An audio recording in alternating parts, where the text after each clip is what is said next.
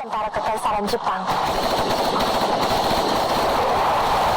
Ini adalah perang pertama rakyat Nusantara melawan pendudukan dan sekitar 400 orang pengikutnya angkat senjata bertempur hingga titik darah penghabisan melawan tentara Kekaisaran Jepang.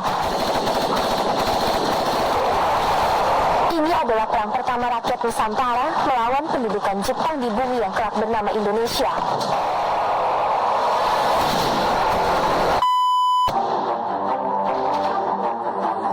Siapa sangka penjajahan Belanda yang sudah berulat akal di bumi Nusantara diluluhlantakkan Jepang hanya dalam tempo 57 hari.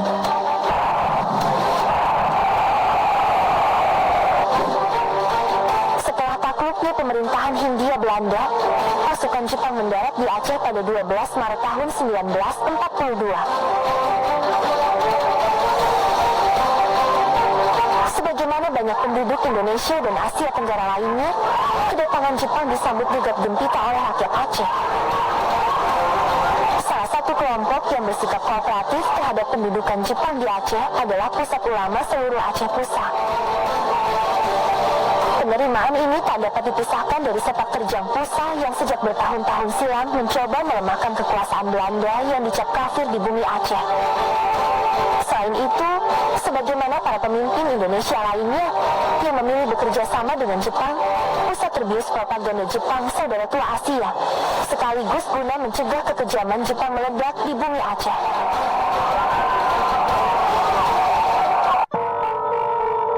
Namun seorang ulama muda dari kompleks Daya Capuyang, Bayu Laksemawe, Tengku Abdul Jalil ternyata punya pikiran yang berbeda dengan Pusat. Bagi Tengku Abdul Jalil, haram hukumnya bekerja sama dengan penjajah, baik Belanda maupun Jepang.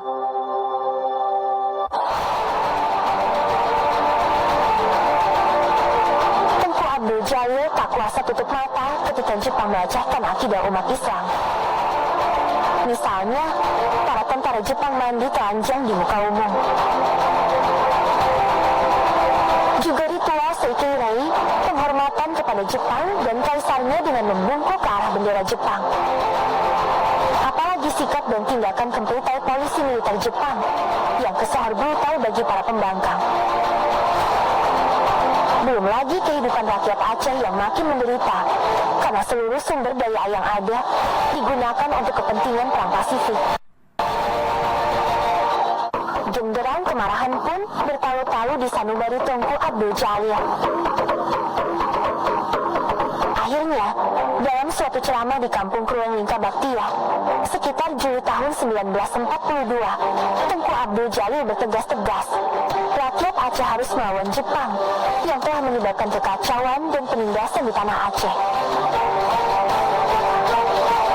Mata-mata Jepang sebalir. Akhirnya, dalam suatu ceramah di kampung Krueng Lingka Baktia, sekitar Juli tahun 1942, Tengku Abdul Jalil bertegas-tegas, rakyat Aceh harus melawan Jepang yang telah menyebabkan kekacauan dan penindasan di tanah Aceh. Mata-mata Jepang segera melaporkan seruan Tengku Abdul Jalil itu ke kantor Kempeta yang berkedudukan di Sigli. Akibatnya, Gunco dan Sunco, kepala distrik dan subdistrik, Laksemawe dan Bayu diperintahkan untuk menekan Tengku Abdul Jalil. Namun, Tengku Abdul Jalil tiada gentar.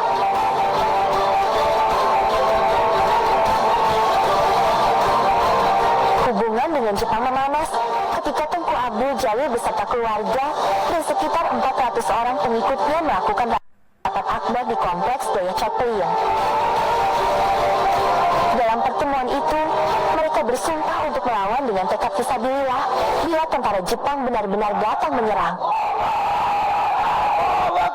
Setelah dilapori tentang pertemuan itu, kecurigaan Kempetai makin meningkat.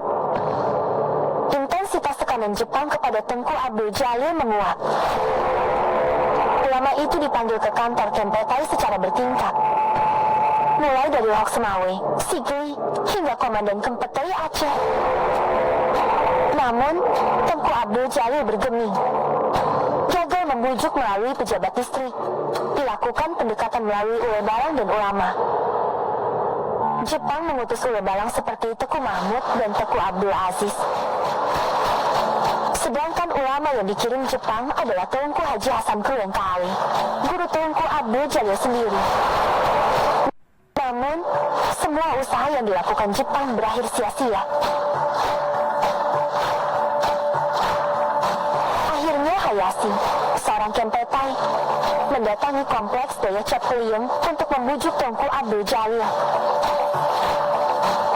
Kedatangan itu menjadi tragedi karena Hayashi bersikap kurang ajar. Pengawal Tunku Abdul Jalil yang emosi sontak menikam Hayashi dengan tombak. Kejadian itu membuat Jepang marah besar. Jepang mengerahkan pasukan bersenjata lengkap dari Biren, Lok Sukon, dan Lok Semawe. Hari itu, penyerangan tentara Jepang ke Daya Capuyung berlangsung sejak pukul 12.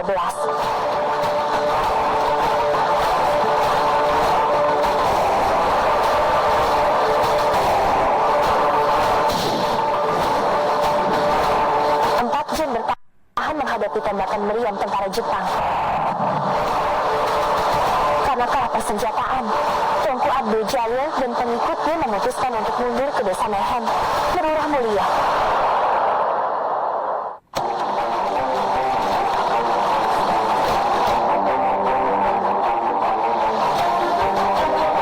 Sekitar pukul 16, pasukan Jepang menguasai kompleks Daya. Usai penyerangan, tentara Jepang membakar habis semua bangunan Daya Capuyung, masjid, dan 11 rumah penduduk yang berdekatan, termasuk rumah Tunku Abdul Jalil. Dalam pertempuran itu, setidaknya 86 pengikut Tunku Abdul Jalil mati syahid. Meskipun berhasil menyelamatkan diri ke desa Nehen, mara bahaya tidak lantas lenyap.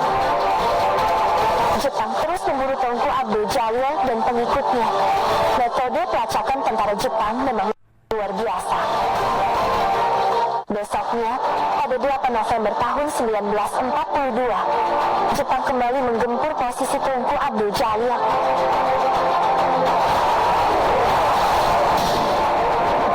Pertempuran itu menewaskan 4 pengikut Tunku Abdul Jalil.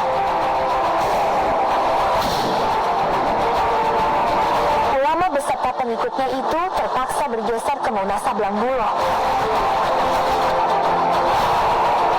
Namun, lagi-lagi posisi pelarian itu dengan cepat tembus Jepang.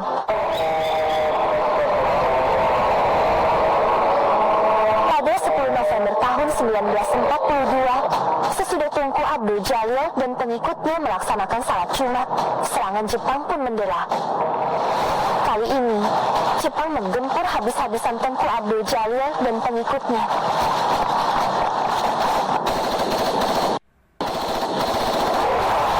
Pertempuran terjadi dari siang hingga langit berubah gelap. Namun serangan itu bukan untuk membuat Tunku Abdul Jalil dan pengikutnya bertekuk lutut, melainkan untuk membinasakan. Jepang bahkan tidak peduli dengan penduduk desa yang tidak terlibat langsung dengan perlawanan Tunku Abdul Jalil. Akhirnya Tunku Abdul Jalil dibinasakan. Jepang bahkan tidak peduli dengan penduduk desa yang tidak terlibat langsung dengan perlawanan Tunku Abdul Jalil. Akhirnya Tunku Abdul Jalil dan pengikutnya bertempur hingga titik darah penghabisan. Menjelang azan maghrib berkumandang, Tunku Abdul Jalil dan 12 pengikutnya syahid karena terkena lemparan granat.